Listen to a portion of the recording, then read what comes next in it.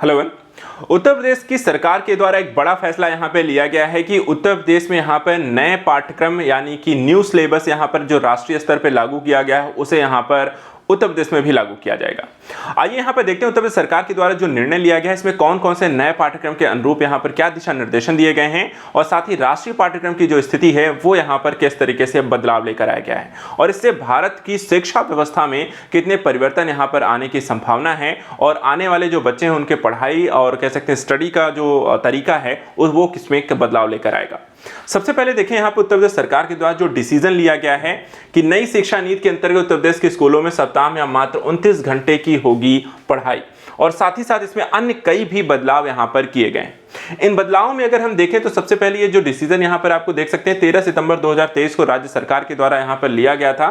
कि अब नई राष्ट्रीय जो शिक्षा नीति के अक्षरशः यहाँ पर उत्तर प्रदेश में उसे लागू किया जाएगा और साथ ही शिक्षा विभाग के द्वारा जो नई शिक्षा नीति में नेशनल करिकुलम फ्रेमवर्क यहाँ पर तैयार किया गया है उसे भी उत्तर प्रदेश के स्कूलों में भी यहाँ पर उसी के अनुसार नियमावली बना करके उसको पढ़ाया जाएगा। और अगर ऐसा यहाँ पर नियमावली जो है उसमें क्या कहा गया है, उसमें कहा गया है कि अब स्कूलों में आपको सप्ताह में 29 घंटे ही यहाँ पर पढ़ाई की जाएगी। चलिए बात करते हैं क्या क्या यहाँ पर इस नियमावली या आप कह सकते हैं नई जो करिकुलम यहाँ पर आया है उसमें क्या विशेषताएं हैं। सबसे पहले नई शिक्षा नीति के अंतर्गत अगर हम देखें तो यहाँ पर स्कूलों में 29 घंटे की कक्षाएं लगेंगी और सोमवार से शुक्रवार तक देखा जाए तो 5 से लेकर के 5.5 घंटे एवं एक महीने के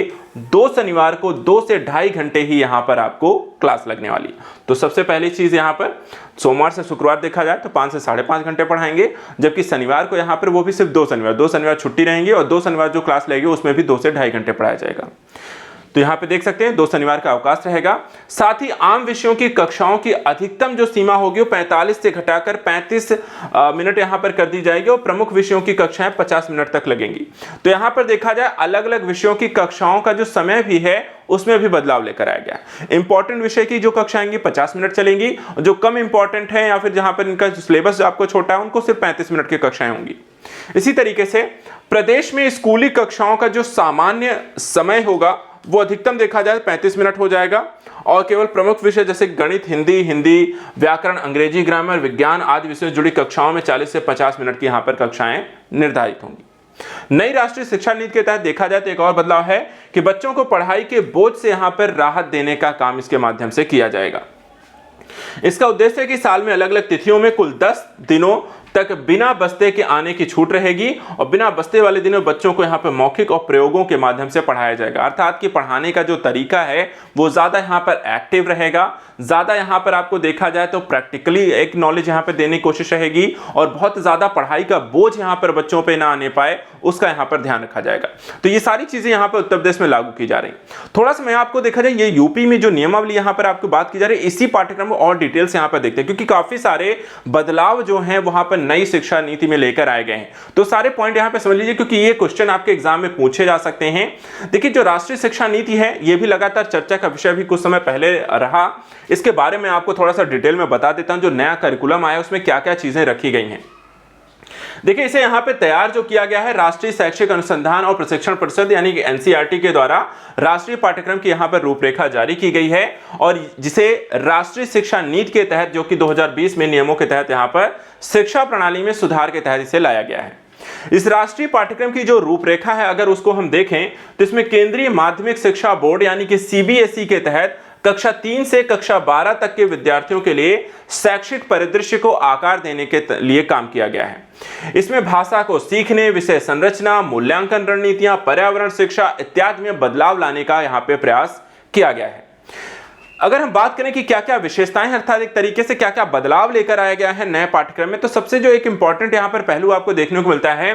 भाषा सीखने को यहाँ पर जोर दिया जा रहा है अर्थात एक से ज्यादा भाषा यहाँ पर बच्चों को आनी चाहिए। जैसे कि कक्षा 9 और 10 में देखें, कक्षा 9 और 10 के विद्यार्थियों के लिए 3 भाषाएं यहाँ पर सीखना है। कौन सी 3 भाषाएं? तो इसमें कम से कम आपको 2 मूल भारतीय भाषाएं होनी चाहिए और एक यहां पर आपको अंतर्राष्ट्रीय भाषा हो सकती है। वही कक्षा 11 और 12 के विद्यार्थियों को देखें तो इन्हें 2 भाषाएं यहां पर आपको पढ़ाई जाएंगी, जिसमें से एक भारतीय भाषा यहां पर जरूर होगी। लाइक जैसे आपको हम त्रिभाषा सूत्र जानते हैं कि एक आपको यहां पर हिंदी हो गई, एक आपको देखा जाए तो इंग्लिश हो गई जो अंतर्राष्ट्रीय भाषा है, और एक आपको और भी कोई भी लोकल लैंग्वेज यहां पर इंडिया की सीखनी होगी, जैसे तमिल, तेलुगु, कर्नाटक, कन्नड़, मणिपुरी, मराठी, आपको कोई भी यहां पर एक भाषा है, भोजपुरी जो भी है वो आप यहां पर पढ़ सकते हैं।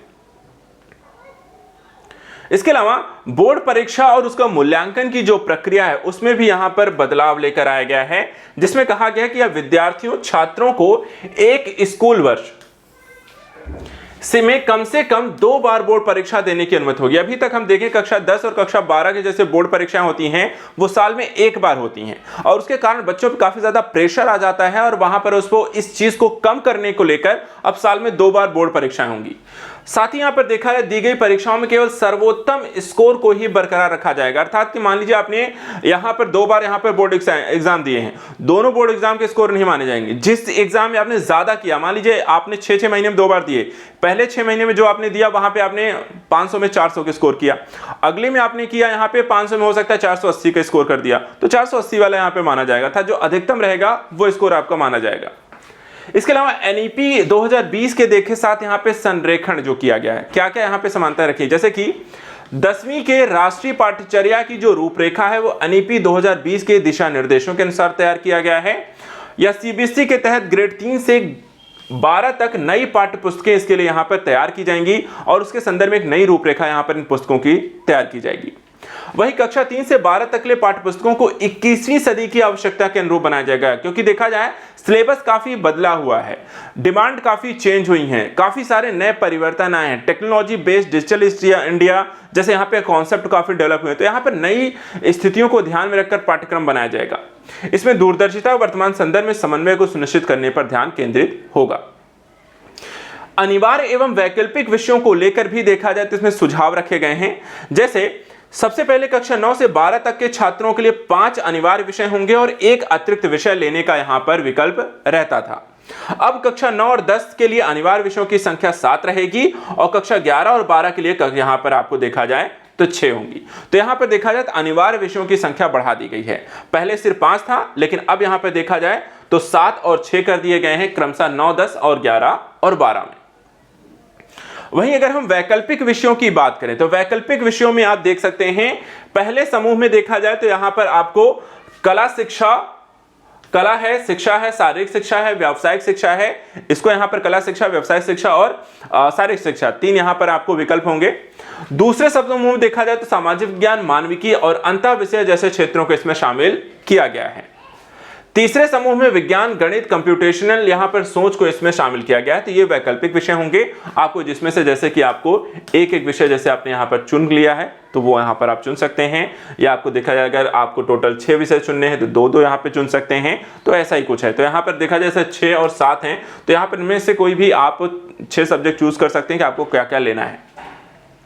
छात्रों के लिए विकल्प की सुविधा कहने का मतलब इसे अधिक लचीलापन विकल्प प्रदान करने के लिए माध्यमिक चरण को पुनः यहां पे डिजाइन किया गया है।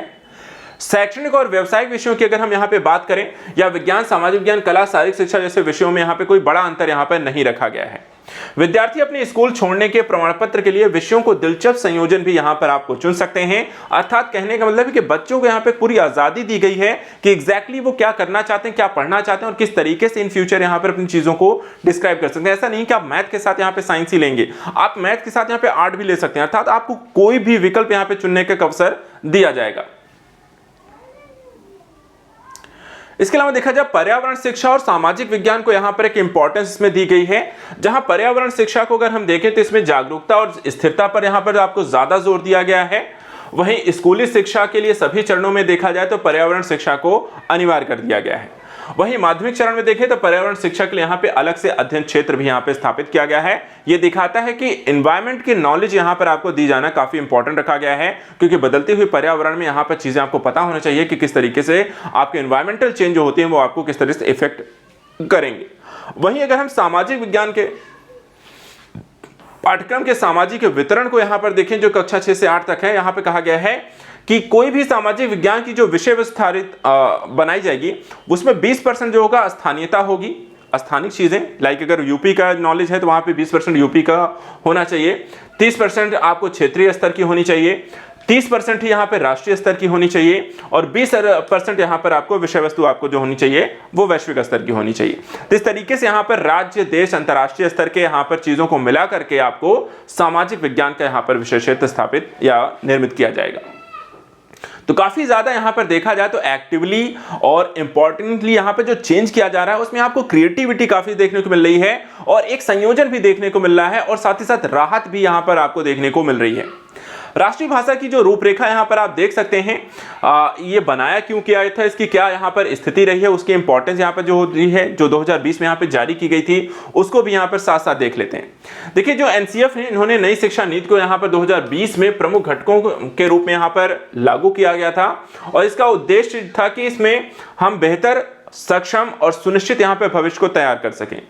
एनसीएफ ने यहां पे 4 संशोधन 1975, 1988, 2000, 2005 में देखा जाए तो ऑलरेडी पहले भी हो चुके हैं। जो भारत की शिक्षा प्रणाली है उसमें यहां पर ऑलरेडी अलग अलग समय में संशोधन हुए हैं। देखा जाए तो ये ढांचे का 5वां यहां पर आपको संशोधन है जो 2020 में लेकर आया गया।